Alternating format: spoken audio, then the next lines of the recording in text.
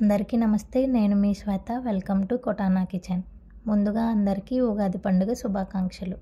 ఉగాది అనగానే అందరికీ గుర్తుకు వచ్చేది ఉగాది పచ్చడి. మన ఛానల్లో ఉగాది పచ్చడి ఎలా చేయాలో ఇప్పుడు చూద్దాం.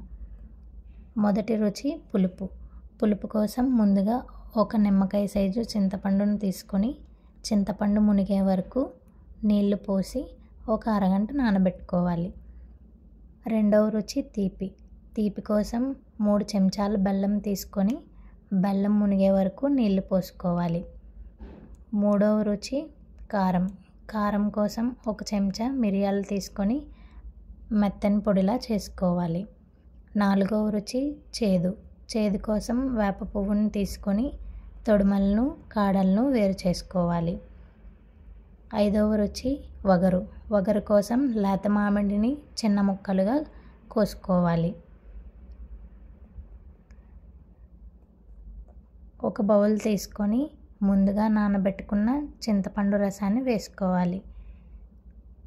ఒక స్టెయినర్ సహాయంతో కరిగించిన బెల్లం నీటిని పోసుకోవాలి. అర చెంచా ఉప్పు, అర చెంచా మిరియాలు, 2 లేదా 3 చెంచాల వేప పువ్వు,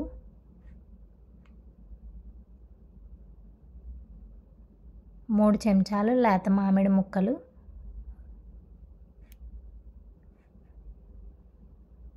వేసుకొని ఉప్పు బాగా కరిగేలా కలుపుకోవాలి.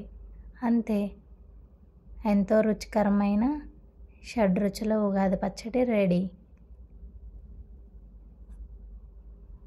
మరొకసారి మీకు మీ కుటుంబ సభ్యులకు ఉగాది పండుగ శుభాకాంక్షలు. Thanks for watching.